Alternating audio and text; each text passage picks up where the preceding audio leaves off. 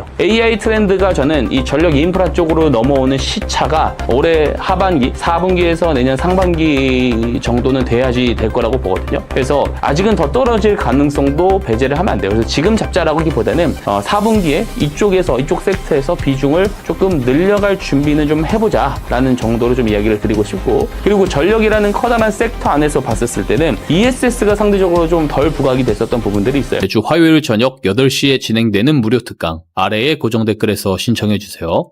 데일리경제TV 시청자 여러분들 반갑습니다. 박성재 차장입니다.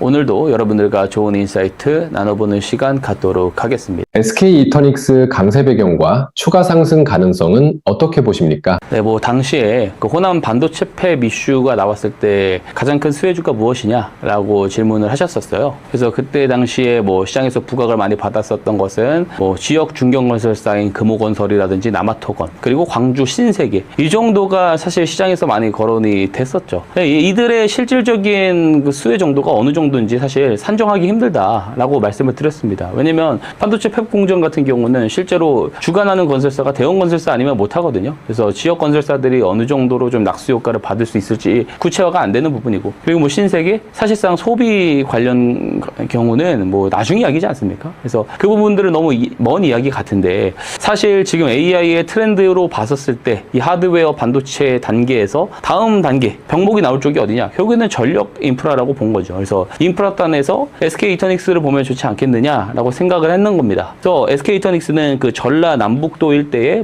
육상, 해상풍력, 그리고 태양광 자산을 가지고 있어요. 그러다 보니까 실제로 호남 지역에다가 반도체 팹이 들어오게 되면은 이 반도체 기업들은 SK이터닉스가 호남 발전소에서 만들어낸 이 재생에너지 전기를 통째로 구매하는 이 PPA 계약을 맺을 수밖에 없는 그런 구조가 만들어질 수 있다라고 이야기를 드린 거죠. 그래서 이러한 모멘텀이 지속이 된다라고 했었을 때는 얘가 좀 강하게 올라갈 가능성이 있다라고 본 거고, 당시의 질문에서는 사실 이 전고점이 76,000원이었는데, 그리고 녹화 당시 6월 29일 당시에 5만 원이었습니다. 제가 방송을 할 때. 그래서 전고점 회복이 가능할 거냐? 라고 했었을 때 이 모멘텀이 유지가 되는데, 다만 평균 주가가 저는 그래도 전년 대비보다는 올라올 가능성에 근거를 뒀잖아요. 왜냐면 작년이랑 올해 놓고 보면은 이 구조 자체가, 구조 방식 잠시 뒤에도 설명드리겠지만 이 구조 자체가 굉장히 좋아지고 있는 상황이에요. 그러다 보니까 작년보다는 기본적으로 높은 평균 주가 레벨을 만들어 줄 거라고 봤고, 그 바닥을 다지는 어떤 최근의 패턴을 봤었을 때 이중 바닥이 4만 원 언저리에서 나왔습니다. 그러면 4만 원을 깨지지 않는 선에서 이 재료나 모멘텀이 유효하다라고 했을 때는 전고점까지 가줄 수 있을 것이다 라고 제가 당시에는 이야기를 드렸던 거죠. 그래서 실제로 제가 녹화를 하고 나서 일주일 뒤인 7월 7일에는 4만 원 언저리까지 조정이 나왔고, 거기서 바닥을 잡고서 다시 올라와 주면서 오늘 고점 보면은 거의 7만 원 가까이 됐죠. 그래서 실제로 제가 한번 질문을 주셨었을 때처럼 76,000원 가까이 올라가고 있는 상황입니다. 그래서 저는 가질 수 있을 거라고 봐요. 근데 다만 그럼 지금이라도 좀 접근을 하면 좋으냐? 그 부분에 대해서는 좀 조심하자. 그리고 상대적으로 조금 지금 접근하기에는 좀 부담스럽다. 이렇게 좀 이야기를 개인적으로 드리고 싶습니다. 근데 SK이터닉스 자체는 수익 구조가 굉장히 좋아지고 있는 것은 사실이죠. 과거에 같은 경우에는 이 재생에너지 발전소를 지어다가 통째로 매각하는 방식의 이 비즈니스 모델을 가지고 있었거든요. 근데 이 부분은 사실 일회성 수익 구조 방식이다 보니까 실적이 들쭉날쭉하잖아요. 그러면 제가 좋은 밸류에이션 받지 못한다라는 이야기를 드렸어요. 근데 이 구조가 지금 재생에너지 발전소를 다 짓고 이제는 유지보수 운영, 장기 수수료 구조로 넘어가고 있고, 또 기업들과 직거래를 하는 이 PPA 이 구조, 매출 비중이 좀 더 올라가고 있다 보니까 꾸준한 캐시카우 역할이 지금 구조적으로 조금 잡혀가는 흐름으로 전환을 하고 있다. 그래서 이 구조가 훨씬 더 좋아지고 있다 보니까 좋은 밸류에이션을 받을 가능성이 있는 것이고, 그럼 적어도 전년도보다는 높은 평균 주가를 형성하는 것이 맞다라고 이야기를 드렸었던 거죠. 게다가 그리고 기존 개발 모델의 한계가 있었습니다. 한계가 뭐냐면 이 개발을 하는 데 있어서 SK이터닉스가 직접적인 어떤 자금을 가지고 이 프로젝트에 투입을 한다고 했었을 때는 이 비용 부담이 상당히 컸다라는 부분이 있어요. 그래서 실제로 이 대규모 프로젝트 같은 경우 예를 들어 개발을 진행한다라고 하면은 많은 돈이 투여가 되면서 이 자본이 고갈이 될 수 있지 않습니까? 그러면은 추후에 다른 프로젝트를 진행하는 데 있어서 이 동력이 상당히 떨어질 수가 있는 거예요. 그 부분에서 지금 최근에 부각되고 있는 모멘텀이 KKR이죠. 사모펀드 KKR이 SK 이터닉스를 70일부터는 이제는 대주주가 됩니다. 대주주로 등극을 합니다. 그래서 이 자금 조달 리스크라든지 재무적인 부분들은 KKR 이런 어떤 자금 플랫폼이 담당을 하는 것이고, 그리고 개발, 운영, 그리고 뭐 이제 EPC 뭐 이런 것들은 사실 이제 SK 이터닉스가 도맡아서 하는 이런 분업 구조가 만들어질 수 있다라는 그런 기대가 있는 것이잖아요. 그러다 보니까 이런 부분들에서도 조금 좋아지는 부분들이 있는 것이고, 그리고 대소원 파주 연료전지라든지 그리고 군위풍백 풍력 이 개발, 이 사업에서 지금 어쨌든 이익이 이제는 그 실적으로 찍히기 시작을 할 겁니다. 그래서 그런 부분들까지 기대를 해본다면 당장 나올 수 있는 분기 실적도 좋을 수 있겠네? 이렇게 돼버리는 거죠. 그래서 KKR, 고난 모멘텀, 게다가 실적까지 이것들이 좀 삼박자로 잘 맞춰주다 보니까 주가 흐름이 지금은 강한 상황이다라고 볼 수가 있고, 그러면은 전고점까지 올라갈 수 있을 것이냐? 저는 올라갈 수 있을 것이다라고 보지만 여전히 지금 6만 원대 위에 있는 상황에서 지금 신규 접근을 하기에는 손익비가 그렇게 좋지는 않다. 왜냐면 제가 인터뷰에서 이야기 드렸었던 가격도 5만 원이었고요.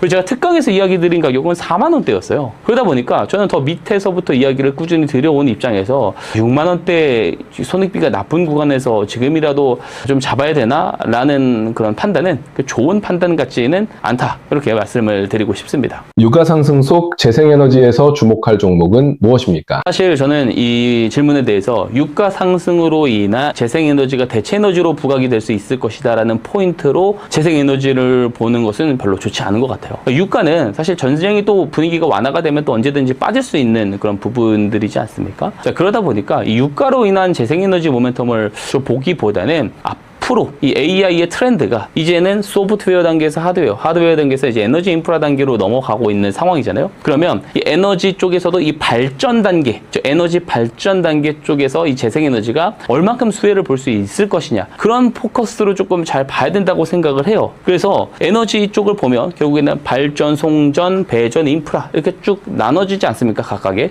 세부적으로. 그러면 이 발전 쪽에서 봤을 때 재생에너지는 사실 이 가장 이 발전량이 많은 게 태양광 쪽에서는 결국에는 하나솔루션이고, 그리고 풍력 타워 있죠? 타워 잘 짓는 쪽, 전 세계 1위 기업 3S 윈드 이런 쪽을 보는 건데, 사실 얘네들의 주가도 되게 부진합니다. 왜냐면 이 재생에너지의 한계는 지금 AI 데이터 센터 자체가 지금 전력이 부족한 상황이잖아요. 24시간 지금 무중단 상태로 이 전력이 공급이 돼야 되기 때문에 이 간헐성을 갖고 있는 재생에너지가 쉽게 메인으로 올라서기는 힘든 부분들이 있어요. 그래서 중단기적으로 가장 부각이 될 곳은 결국에 LNG고, 장기적으로 이 발전 쪽에서 가장 수혜를 볼 쪽은 결국에는 원전이라고 보는 것이죠. 그래서 발전 쪽만 놓고 딱 띄워놓고 이야기를 하는 겁니다. 그래서 발전 쪽에서 볼 거라고 한다면 LNG 쪽을 본다고 하면은 LNG의 유동량이 늘어나면 당연히 이거를 배에다가 LNG를 싣고 나르는 이 LNG 운반선에 대한 수요가 올라갈 수 있죠. 그래서 조선 3사 그래서 잘 봐야 된다 이야기를 드려볼 수가 있을 것이고, 원전 쪽에서는 이 팹리스 쪽에서는 뭐 이 종목 이야기하시는 분들 많이 없을 텐데 미국의 오클로라고 하는 기업이 있습니다. 저는 그쪽 좋게 보고 있고, 파운드리 쪽에서는 한국의 두산에너빌리티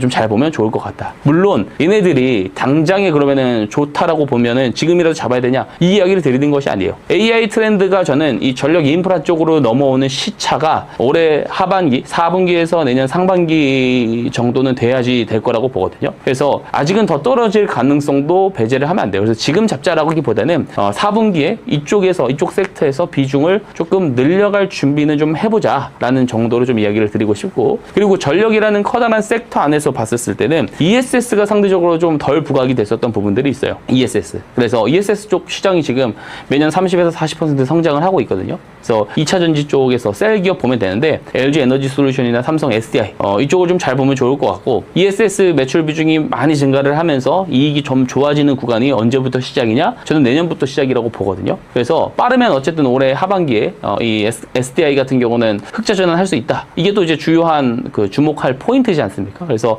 SDI도 그렇고 LG 에너지 솔루션도 그렇고 당장에 이제 뭐 좋을 것이니까 지금부터 잡아라 이렇게 보기보다는 4분기 정도 되면은 좀 그래도 바닥을 좀 잡아주지 않을까라는 생각을 가지고 있어요. 그래서 그런 차원에서 이 전력이라는 섹터를 차라리 좀 보면 좋을 것 같고, 재생에너지 쪽은 발전 쪽에서 어느 정도 수혜를 볼 것이냐, 지금 단기간은 조금 힘들 수 있을 것이다라고 보는 거고, 유가 상승으로 인한 재생에너지를 보는 것은 좋은 투자 아이디어는 아닌 것 같다. 이렇게 정리를 드려보도록 하겠습니다.